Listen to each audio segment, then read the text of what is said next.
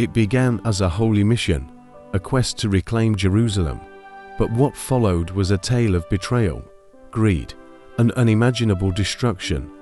The Fourth Crusade, far from bringing glory to Christendom, turned its swords not on Muslim armies, but on the greatest Christian city of the East, Constantinople.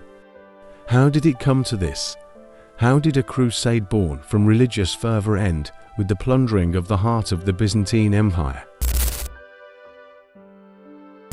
The Fourth Crusade was called in 1198 by one of the most passionate popes of the time, Pope Innocent III.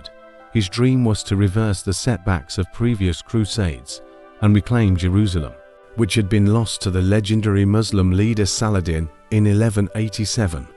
By this time, though, Europe was tired of crusading. The rulers of France and England, embroiled in their own wars, weren't eager to take up the cross again.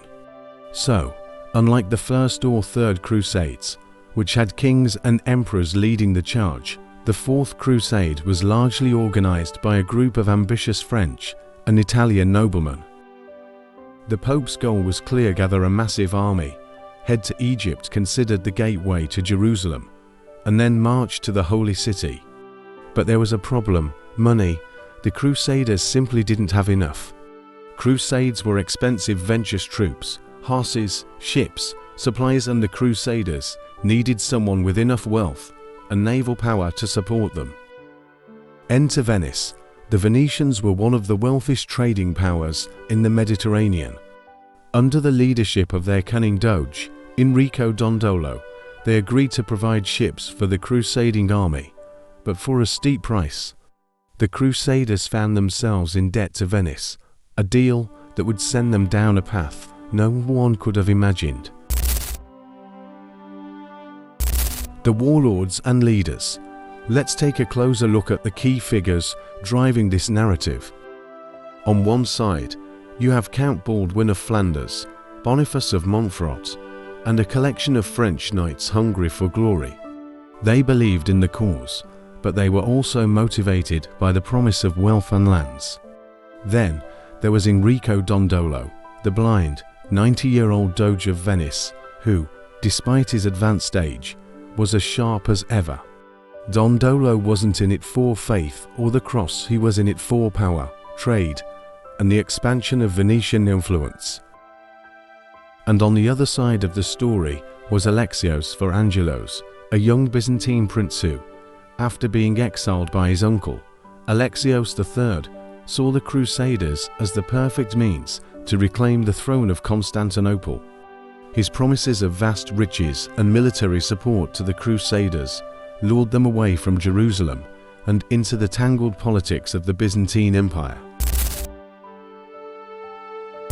So how did a crusade meant for the Holy Land end up at the gates of Constantinople?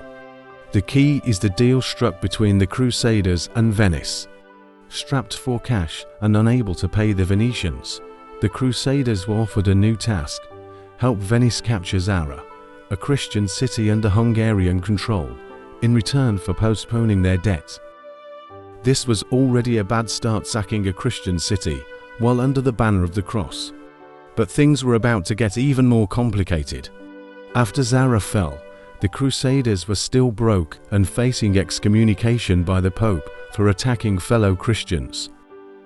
It was at this moment that Alexios IV appeared, offering to pay the Crusaders' debt and more, if they helped him take back Constantinople from his uncle. Here, we see how ambition, desperation, and opportunism led the Crusaders astray. They agreed, tempted by the promise of Byzantine gold and supplies, and set sail not for Egypt, but for Constantinople. When the Crusaders arrived in 1203, they found themselves facing the towering walls of the largest, most splendid city in the Christian world.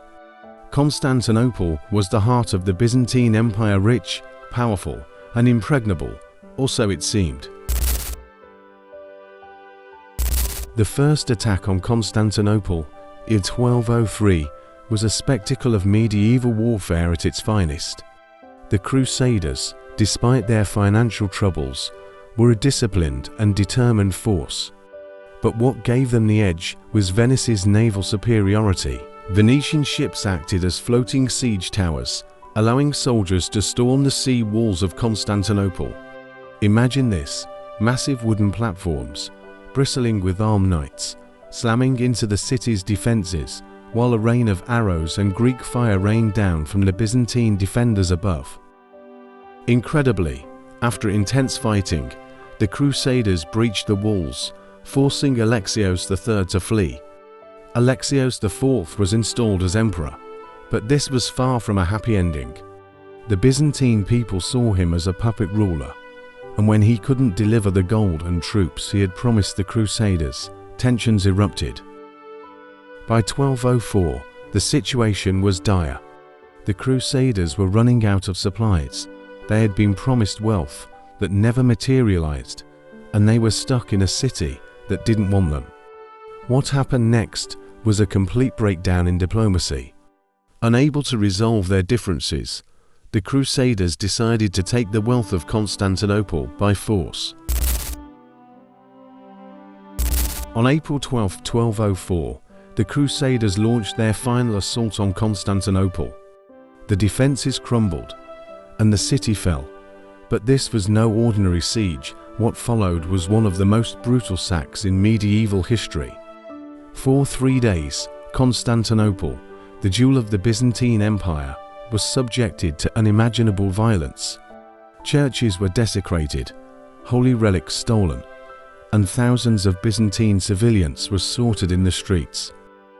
The Crusaders ransacked the city's treasures, taking priceless works of art, gold, and religious icons. Even the mighty Hagia Sophia, the largest church in Christendom, was looted. Soldiers took relics, and one infamous account describes them seating a prostitute on the patriarch's throne in an act of utter sacrilege. In the end, the Crusaders set up a new empire, installing Baldwin of Flanders as the emperor of the newly formed Latin Empire. But their rule was short-lived. The Latin Empire, weakened by internal divisions and constant warfare, collapsed within a few decades, and by 1261, the Byzantines retook their city. The Fourth Crusade officially ended with the establishment of the Latin Empire, but its legacy lingered far longer. This was not just a military disaster, it was a catastrophe for Christendom itself. The Crusaders' betrayal of Constantinople deepened the already growing rift between the Roman Catholic and Eastern Orthodox churches, a divide that still exists today. It was also a death blow to the Byzantine Empire, which, although it regained the city, was never able to fully recover its former power and glory. Perhaps most ironically, the crusade never even reached Jerusalem. What started as a holy mission ended in greed, betrayal, and the destruction of one of the greatest cities of the medieval world. Thank you for joining us on this deep dive into one of history's most controversial crusades. If you enjoyed this video, don't forget to hit the like button and subscribe to the channel for more epic historical battles and events. And hit the bell icon so you never miss an upload. We'd love to hear your thoughts. What do you think about the Crusaders' decision to sack Constantinople instead of marching to Jerusalem?